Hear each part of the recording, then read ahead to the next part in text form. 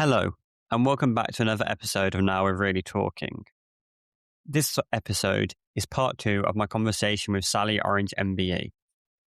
In this episode, we continue to talk about Sally's recovery journey, and Sally reflects on leaving the military after 22 years, redefining her identity, and how running, fundraising, and public speaking have become powerful tools in her mental health journey. We also discuss Sally's recent breast cancer diagnosis and the different ways physical and mental illnesses are experienced and understood. Before we get into it, this episode includes a discussion of mental health difficulties, burnout, medical discharge, and cancer. Please listen with care and take a break if you need it. If anything in this conversation brings up difficult feelings, you're not alone and support is available. If you're in the UK, you can contact Samaritans for free, 24 hours a day, 7 days a week on 116123. Or if you're elsewhere, you can find a helpline at findahelpline.com. Let's get straight back into the conversation.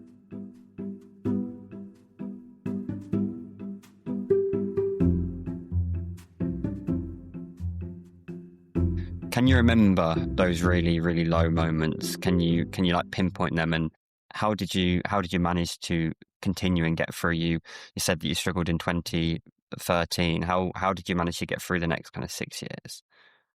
I mean, I distinctly remember, I remember where I was, the being under the crisis team, some of the phone calls that I made to Samaritans, what I was wearing even. I had to move back to my parents' house. I wasn't sort of well enough to look after myself. And, the room that I stayed in at my parents', even now when I go back there, I can go back to those exact same thoughts. And it was, I got to the point where, 20 hours a day, I just wished that I was dead. I couldn't see any place for me, at all on earth. And the other 4 hours of the day I was having sleeping tablets, so I'd get a little bit of sleep. And then, I remember my mum sort of coming in and saying, opening the curtains and saying, right, and it was because and she opened the windows, and it was because the room smelt, because I wasn't sort of getting out of bed to go and wash. There was, it was that kind of level, the level of anxiety as well. If I got a text message or, a phone call, that would put me into panic. Who was it? They were wanting to have a go at me. I had to read text messages with other people so that I didn't turn it round. And I actually remember the psychiatrist coming, and I remember him sort of saying, you're a very sensible woman. And I said, you think I'm boring? And he said, at what point from coming out of the word sensible, coming out of my mouth and coming to your ears, has that changed from sensible to boring? But that was what I just sort of said out loud what I was thinking.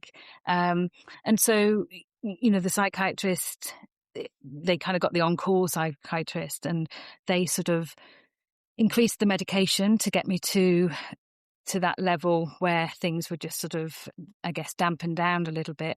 And it really started with movement and just moving to the shower to begin with. And my sister would say, look, even if you have a shower and you're still crying in the shower, at least you've achieved, a shower. Even if you go to bed, even if you go back to bed, if you've had a shower and you've not washed your hair, you've still had a shower. And then, the therapists that they would come, it was a really nice summer, and they would sort of say, oh, should we chat at the end of the garden? So it would be, sort of at the end of the garden. I remember, I'd sort of done a little bit of running before, and Mum said, oh, why don't you go for a run? I'm thinking, well, I haven't actually even been out of bed for, a couple of days or a couple of weeks at that point. But yeah, it was really just starting at, at the end of the garden. And then some of the therapy assistants, they would sort of come to my house and they would take me out for a walk or take me out for coffee. And even then I'd sit there in tears, sort of saying, I don't want to sit here. I don't, this is, I'm wasting your time. You could be with someone that this would help them, those kind of things. But yeah, it was very small stepping stones. I can't say it was a huge leap, um, because it was just so dark. And yeah, I remember, just sort of being at a train station, and thinking I'd rather be under the train rather than on the train. I obviously now know a lot more about what that impact would do, because I've done a lot more around sort of awareness and campaigning and trying to prevent other people putting others in that situation. But at the time, I was just wanting it to end in some way, just to be quiet, just to, sleeping was something where at least it kind of shut down a little bit when it was, even though it was broken sleep, it was just a bit of volume turned down on these, this constant narrative of you're useless. Yeah, it made me think when I had my really low time I would sleep, and then for a split second when I woke up, I'd forget that I had that weight, and then a second later, it all came back down, and that beautiful moment of feeling okay, and then Yeah. it all came back down. And I also, during my really low points, I had therapy week after week, and I remember vividly one day coming out. I thought it wasn't working. I remember coming out and the sun just seemed brighter. Was there ever a day that you can pinpoint where you felt like that, or was it more like gradual process? Yeah, it was definitely a gradual process, but I do distinctly remember a couple of years later, a very similar driving to work. I mean, I'd got to the point previously where people had to meet me in the car park at work to walk in with me, into the office. But then a couple of years later, I distinctly remember on a drive to work thinking, wow, look at the fields, look at the sunshine. You would have missed all of this. How lucky you are now to be able to see this. And that was a real stark moment of kind of going, gosh, oh, that's interesting that you'd had that thought, because I mean, it's all about thoughts. And, for so much of the therapy, it was about the thoughts, and it didn't always mean that they were facts. And it was a case of trying to see those thoughts on a train, and that train is going to pass by. You don't have to take all those, they don't stick with you all the time. And also another thing through therapy I particularly remember is, that the catching the thought or the naming the story. So, when I start to say, oh, you're useless or you're rubbish, it's just kind of catching it and going, Sally, you've got that you're not good enough story or you're useless story. And once you've caught it, you can go, well, of course I'm not going to be very good at that. I haven't done it for a long time, or I've never done it before. And so, I'm sort of having to do that at the moment, that, I'm trying to go out for a run, and I go out for a run and I'm really struggling, really, really struggling. And I have to go, Sally, it's only 4 weeks since you had your last chemotherapy. Be a little bit easier, on yourself. But yeah, you know, you just kind of think, well, I should be back now, because, and that's, if I'm thinking that, it's very hard for other people who haven't been through what I've been through to even, imagine what that might be. So I think it's just educating people, really. I totally agree. It's like catching the thought is a good strategy to have. I think as well, and you obviously understand this, that when you've been there, you understand it. Like, I know that feeling of waking up and suddenly for that split second, everything being okay. But it's almost, I would almost find myself going, hang on a minute, there was something that was not, what is it? There's something, oh yeah, that's what and why not just, enjoy that? But I know, with grief or with, it's just that, oh, I feel like, oh yeah, that's what it is that's happened. That's why you're not allowed to feel good. But searching for it to kind of, why not just go with it for the moment? Yeah, But you can see that you completely understand, that the feelings and the situations. yeah, and as you were saying, about being at a train station, and I think before I'd at my lowest point, there was no way I could understand. I couldn't understand how anybody could feel like that, and you have preconceptions. But actually, once you've been through it, and once you completely get, um, that feeling of not wanting to be here anymore, and you just want the pain to be gone, Yeah. um, Yeah. and that's, you know, that standing that comes from that lived experience. But so being in the army was obviously a huge part of your life for 22 years. And then how was it coming out of that? That decision wasn't in your hands. Really difficult, really difficult. Yeah, because to me, once again, it reconfirmed, well, you're not good enough. And the therapist at the time, that I was going to, and she said to me, she said, "Sally, do you ever think you're too good for the army?" And I just thought, has she not been listening to me? You know, I come in here week on end saying I'm just not good enough. And that's why they're getting rid of me. Um, and she then explained to me that the army is a system, and that system needs to work in a certain way, and it molds its people to work in a certain way, and it will sort of spit out the people that either aren't good enough, or it will spit out the people that are too good. So those that are always questioning things, well, why don't we do this? They don't necessarily, they don't necessarily fit that well if they're wanting to constantly change it. Well, this is how we do it. It works.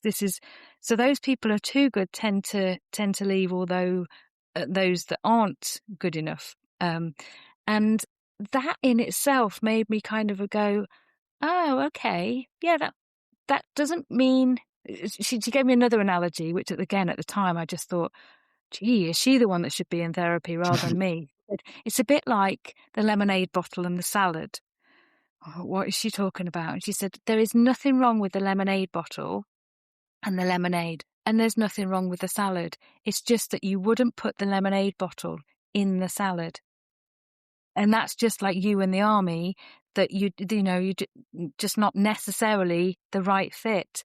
And that was another analogy that really kind of went, oh, okay, yeah, that doesn't make me feel quite as bad, but also that questioning. So I then recognized that actually in maybe the Air Force, that questioning is needed. If people are working on aircrafts and, the safety involved there, you've got your army where they need to be told, right, this is very, very simplistic, but, you've got people who are trained to kill.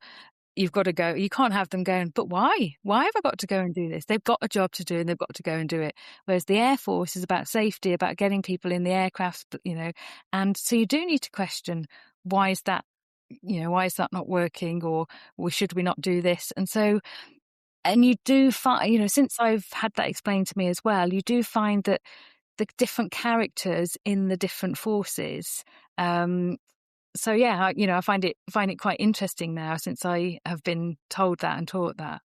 Same as society in different jobs, society, different jobs, and that's why, sometimes we're fitted better to one job than another. Yeah, I think it kind of comes back to that whole strand of some people are just are better at doing other things, and some people are square holes. No, a round peg in a square hole, and it's about Yeah. fitting them into each other. So now you have done you do running. Is it 80 marathons? Yeah, it's actually 88 marathons now, but I've 88 also, marathons. The first person to run just as a piece of fruit in all the continents. You've and only, only and person. I had that in my notes. I guess it'd be the only. And you ran in the Invictus Games, which is it was so cool. How did you find that love of running? And is it a love?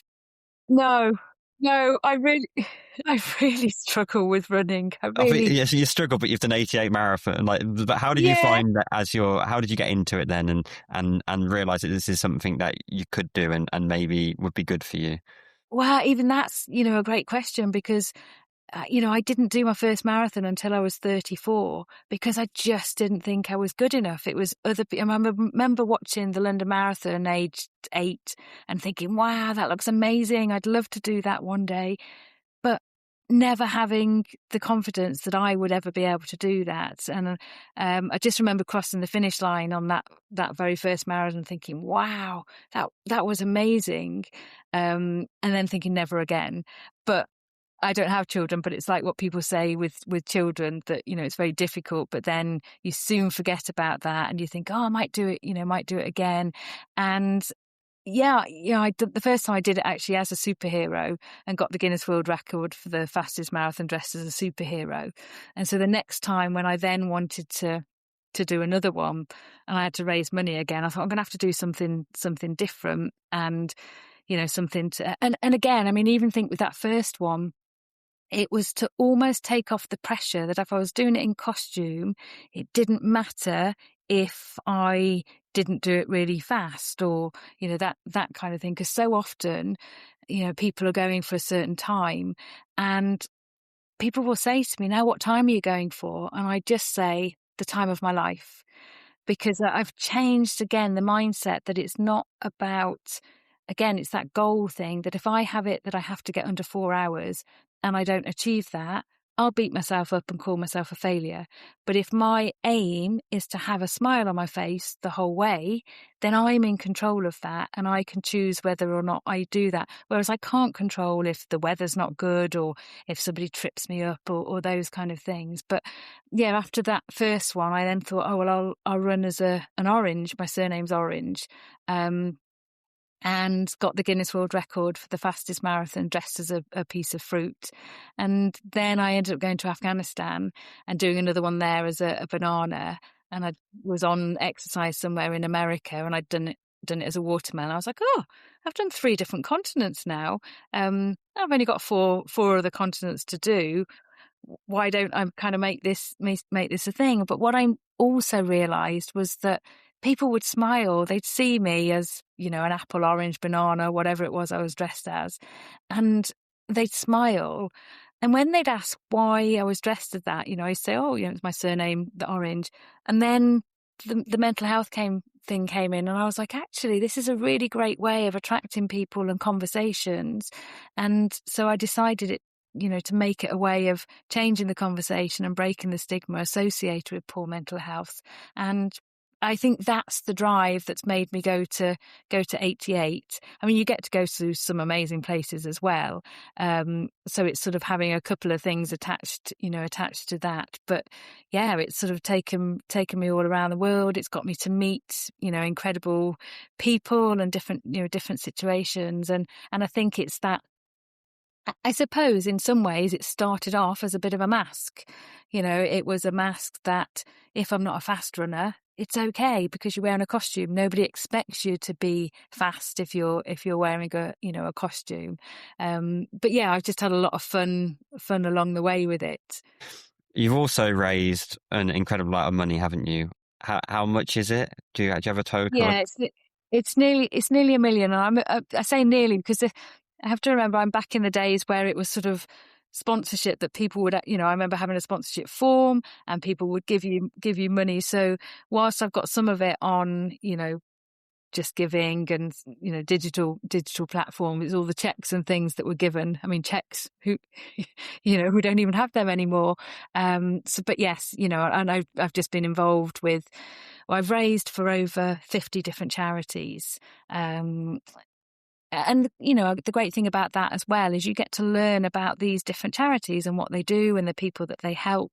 And so you can talk about them. And so if anybody else is struggling, you can sort of signpost them to where potential help, because everybody's got different needs. So what might be helpful for one person might not be for another. So it's given me that sort of insight as well. See, running 88 is just, I can't get over the number, but do you find that running helps your mental health? You mentioned movement earlier. Maybe you don't enjoy it, but do you feel something after you go for runs? Yeah, I mean, I think there's lots of things, you know, with running. There's, if you run with other people, there's the connection with other people. I think also a little bit like when you're walking or when you're driving in a car, if you're not looking directly at somebody, you know, the conversations that you can have are so much without that eye contact. You know, the conversations that come out can be different. You know, just running outside, you know, sort of by water or, you know, by green, just getting outside is the real key to it. And yeah, just the, the connections that you make. And for some people, the goals, it might be, a 5K, it might be, a 10K. But if you think back to, some people are sprinting, their distance is over, but they've still got their own goals, of how to achieve that. Mine just happened to be a lot longer, because I can talk to a lot more people or, yeah, or hear other people's stories. Everybody's got a story who's running a marathon, the why behind it. Is it for themselves? Is it for, a goal? Is it something they've never thought was possible? Is it a memory of someone? There's, and just sort of saying to someone, why, and I just think it's amazing how many people do, do this. And also the fact that, people can walk at marathons now. It's sort of made it a lot more inclusive. But I urge anyone to not go to a marathon and sort of think, gosh, you see all different shapes, sizes, ages, and to kind of go, well, if they can do it, and I truly believe that anybody could run the distance of a marathon if they wanted to or needed to. And the reason that I say that is, if your parents were 26.2 miles away and they were in trouble and there's no cars, trains, buses, planes, no bikes, no other way of getting to them, would you get to them? And, I've yet to find someone who would say no. Now, that doesn't mean that we would all get there at the same time, but we would find a way of, of getting there. And yeah, so that's why, I do think if that why is strong enough, you'll find a way. Yeah, absolutely. And when you're running and when you're really digging deep, does the experience of really struggling with your mental health and seeing no light at the end of the tunnel and getting through it, does that come to you and you think about that, or is it just get your head down and get through? Yeah, in a couple of ways, really. One is that sort of, you're lucky to be able to do this. You're really privileged to be able to take part in this marathon. You've got a pair of trainers. You've got the physical health that is allowing you to do that. A lot of people don't have that. If you think to different countries, and I've done a marathon in Uganda, and little kids were running alongside me, and they hadn't got shoes on, but there they were, sort of enjoying it. And I think the other thing that keeps me going in marathons is it's a choice to do a marathon, whereas mental health, it wasn't a choice, when I was so unwell. And I know that people say, oh yeah, but you're making a choice to be like that. That's when you've had therapy and know that you can make choices. When you're on that slippery slope and you haven't got that guidance, that wasn't a choice for me. And also, a marathon isn't generally life or death. And for me, mental health was at the stage where it really was, life or death. But I can just step off if it's not, if it's too much for me. I know that there's some people who will continue on whatever, I did an ultra last year, and I'd had a recent knee injury, and I'd sort of gone and I'd said, look, I'm going to start. If I can get through it, great. I said, but I'm not going to make it worse. And this guy was sort of like, I'm completely opposite. I am finishing whatever this does to me. Well, first of all, I'm a physio, so that's not the best thing to do, because I know that it'll, give sort of long-term problems. But also, I hadn't got the ego that needed to finish it for that, that exact reason. So I think, there are times when you do need to be sensible with things as well. Yes, there's times when you need to push through, but ultimately, in majority of cases, it's not life and death. It's important to, I think, remember that. Coming on to one of the final kind of talking points is, you mentioned it a few times. Last year, you were diagnosed with breast cancer. What was the immediate impact of that on your mental health? You said that, as you mentioned earlier, that, you were looking potentially then at coming off antidepressants, but how did that really impact you? Do you know, it's so strange in that I don't really feel that it did. And I don't know if that's because of what I'd been through with my mental health, and having been through both, cancer and mental health, for me, and I can't say this for everybody, cancer is so much easier than mental health. Now, I don't know if that's because it's almost an entity, it's a physical thing that, was the surgery cut it out of me, and then the chemotherapy is to kill off all the other cells, and I've got radiotherapy still to come. And don't get me wrong, there has been difficult times in that, but again, nowhere near as difficult as my mental health. But I think also what I find fascinating is that, yes, now that I've got no hair, it is more obvious that I've got cancer. But had I got hair, you've got two invisible illnesses, yet the support that is there for cancer is so much more than it is for mental health. Just the people who have sort of stepped up and said, how can I help? I'll come and visit you, and, do you want me to come with you? Never once have I had anyone say, do you want, I had a lot more appointments for mental health over the years. Every single one of them I went to myself. Yet I was in bits. I was, in tears. Whereas I haven't found that with cancer. And as I say, maybe it's because I've been through that lowest point that I could get to. Whereas with this, it's a case of, well, I can't do a lot about it. I've just got to crack on and, might as well make the best, or might make the breast, is what I say to people, make the best of the situation. And yeah, it's been a really eye-opening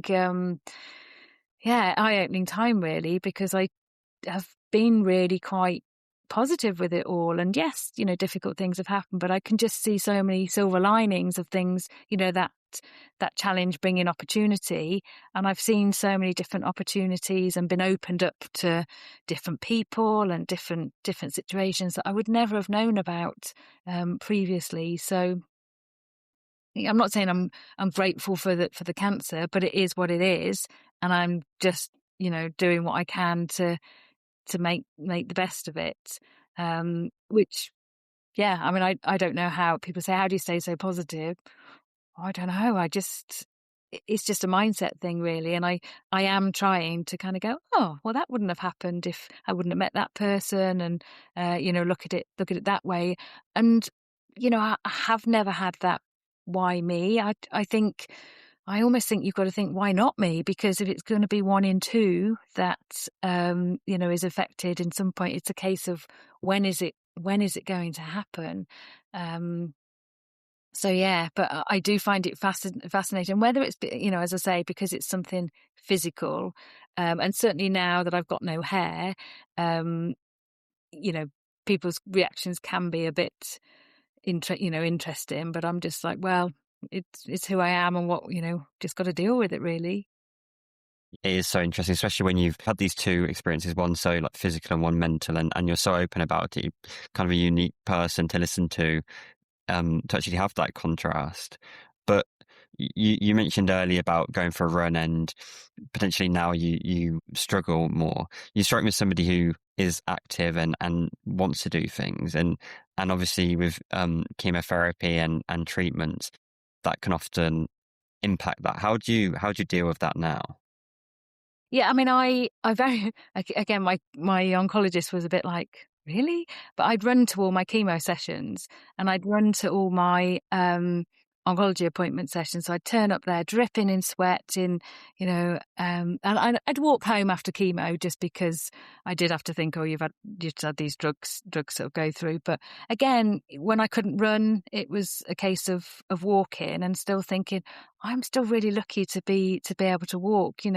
I know people who were in Afghanistan who don't find it easy to walk anymore because they haven't got legs. So again, it's looking at what we can be grateful for, and what we don't realize we have until it's gone. And I've seen people who haven't got legs, or they've got prosthetic legs, and the difficulties that they have with that. So yeah, I think that's just something that, my experiences, people often give the analogy of mental health and a broken leg. I've had the broken leg. they're saying, well, you have plaster on it, and then, yes, I've had the mental health, and then I've had the physical disability that is visible. I've had the mental health that isn't, and then the cancer that isn't. So, it's a shame the lotteries aren't like this. I'd be doing really well, wouldn't I? Absolutely, absolutely. But I think that it's so interesting to listen to your mindset, and I could talk for hours, and just listen, because I'm learned so much. But I think 3 final questions. We mentioned it. I've alluded to following your LinkedIn, and you are so open about mental health and cancer. What has driven you to be open and continue to share your story? I don't want anyone else to find themselves in that situation that I was in. And if I can do anything to prevent anyone, maybe it's, the empath in me of wanting to help people. And from, a little girl, I always wanted to help people. And I think that's the biggest driver. And even, through January of just sort of sharing the silver linings of my cancer, the different charities that have helped me that I didn't know anything about. And I've already had people say, oh, thank you for letting me know, about that. I didn't know about it. And, and again, it's not just people who are going through it. It's people in the future. Hopefully they might be able to look back and go, oh yeah, Sally did, a series of what those different charities were and how she was helped by them. So even if they're not hitting people at the moment, or they think, well, this isn't really relevant to me, it might be something that they could reference and go back to at a different time. But, cancer to a lot of people is very, very difficult and very challenging. And they're all different, even if somebody has breast cancer, 2 people have it, they're different, they're different ages, they're different, the tumour will be different sizes in a different place. So no one person is treated the same. And quite often you can think, oh yeah, well, we've got the same type. And, I had somebody who, because I've had quite a few actually. I've had 5 women, because I've been quite open about my diagnosis, that have said, because of you, I've checked myself and found a lump, and I'm now being treated for breast cancer. One woman, we found ourselves having surgery on the same day, and then we had the same type of chemo, but then she's found out that she's needed more surgery. So, we start off at the same point, but we go at different different paths as it goes along. It's wild. Five people from sharing your story is, simply incredible, on top of everything else you've done. So something I've noticed throughout the whole podcast is this theme of never feeling that you're good enough, and maybe you didn't get to uni, and you got to uni, and then at uni you didn't feel good enough, and then in the army. Have you got to a place now in your life where you are able to feel that you're good enough? Do you know, I mean, so now I sort of work as a professional speaker and sort of trying to share my story with other people so that hopefully it can help them or somebody that they know. But yes, there is still that imposter syndrome of thinking, well, they're better at me when they tell their story. But I do remember last year going to give a talk somewhere, and I listened to the person before, and yes, they were very good, but I didn't have that, oh my God, you're going to be awful in comparison to them. Because again, I've just recognized my story is different. It will hit different people. Some people, won't land with them at all. But others, and I did have people come up to me, grown men in tears, sort of saying, I'm struggling. And you know what, if that person wouldn't have done that before, and I'm not scared of someone coming to me in tears, because I spent half my life in tears. But if I can help somebody get the help that they need, so they're not in that situation. So I think I am getting, I'm getting there. Which is a nice place to be. It's taken time and a lot of hard work, and I think that's the other thing that shouldn't be or should be emphasized is it takes hard work.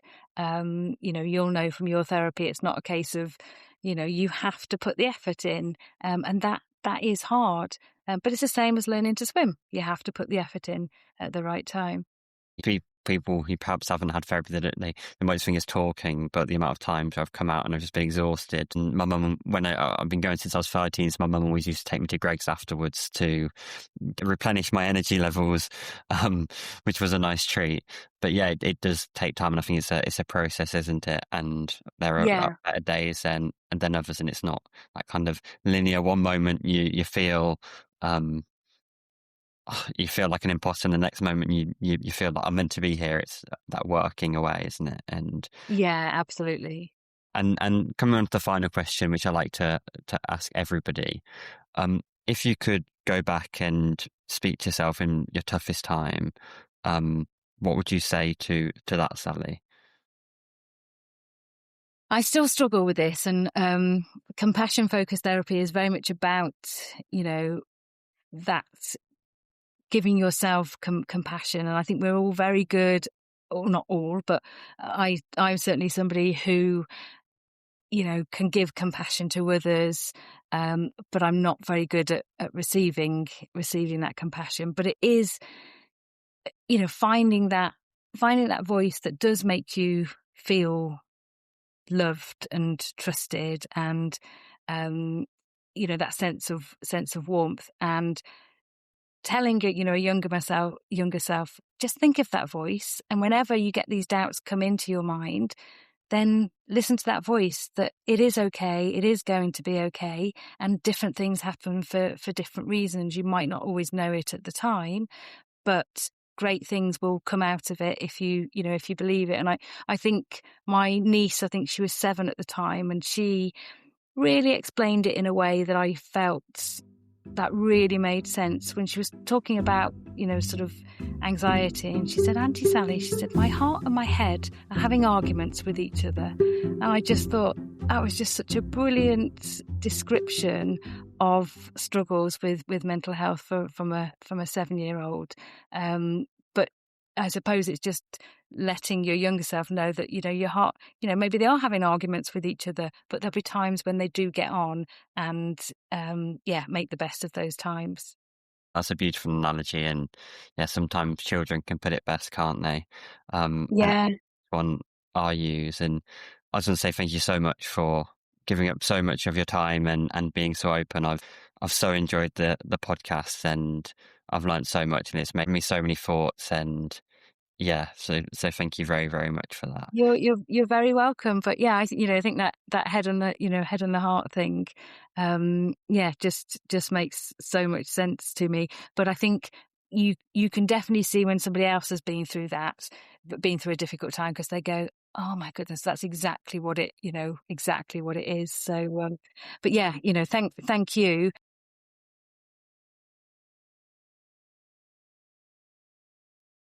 Once again, thank you so much for listening to this episode of Now We're Really Talking. Thank you again for Sally for joining me and for being so open. Remember, if anything in this episode has brought up any difficult feelings for you, you're not alone, and support is available. If you're in the UK, you can contact Samaritans for free, 24 hours a day, 7 days a week on 116 123. Or if you're elsewhere, you can find a local helpline at findahelpline.com.